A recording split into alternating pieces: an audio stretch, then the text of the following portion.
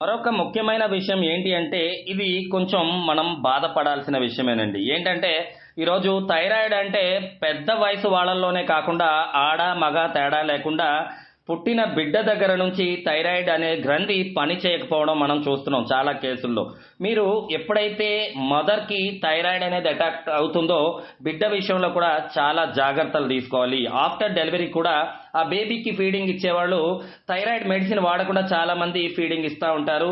తద్వారా బేబీకి థైరాయిడ్ అనేది అటాక్ అయ్యిన ఛాన్సులు చాలా అయితే మేము విన్నాము, చూసాము కూడా.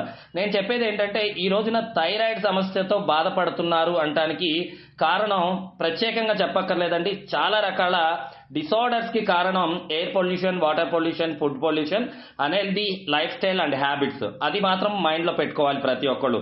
చిన్న పిల్లలు ఒబేసిటీతో బాధపడుతున్నారు. ఒబేసిటీ అంటే వాళ్ళు అధిక బరువున్న, వాళ్ళు ఉండాల్సిన బరువు కంటే తక్కువున్న వీళ్ళని మనం ఒబేసిటీగానే కన్సిడర్ చేయాల్సి ఉంటుంది. ఎదగాల్సినంత ఎత్తు, బరువు సమపాళ్లలో లేకపోతే ఒబేసిటీగానే కన్సిడర్ చేయాలి. ఈరోజు చిన్న బిడ్డల్లో కూడా ఈ థైరాయిడ్ సమస్య వల్ల వాళ్ళ మానసికంగా ఇబ్బంది పడుతున్నారు, శారీరకంగా కూడా ఇబ్బంది పడుతున్నారు. ఎందుకంటే ఇది ఒక ఇంపార్టెంట్ హార్మోన్ అండి. శరీరంలో ప్రతి సెల్‌కి కూడా ఉపయోగపడే విధంగా దీని పనితీరు అనేది ఉంటుంది. ఎవరు వాడాలి అంటే కోర్వోరాక్ విని 3 మాసాల బిడ్డ దగ్గర నుంచి 100 సంవత్సరాల తాత వరకు దీన్ని ప్రతి ఒక్కళ్ళు తీసుకోవచ్చు.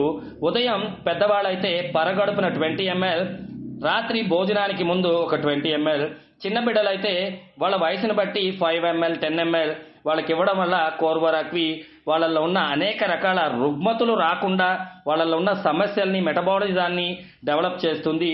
స్టెమ్వి అనేది మనం ఏజ్‌ని బట్టి ఇవ్వాల్సి ఉంటుంది. చిన్న పిల్లలకు అవసరం ఉండదు.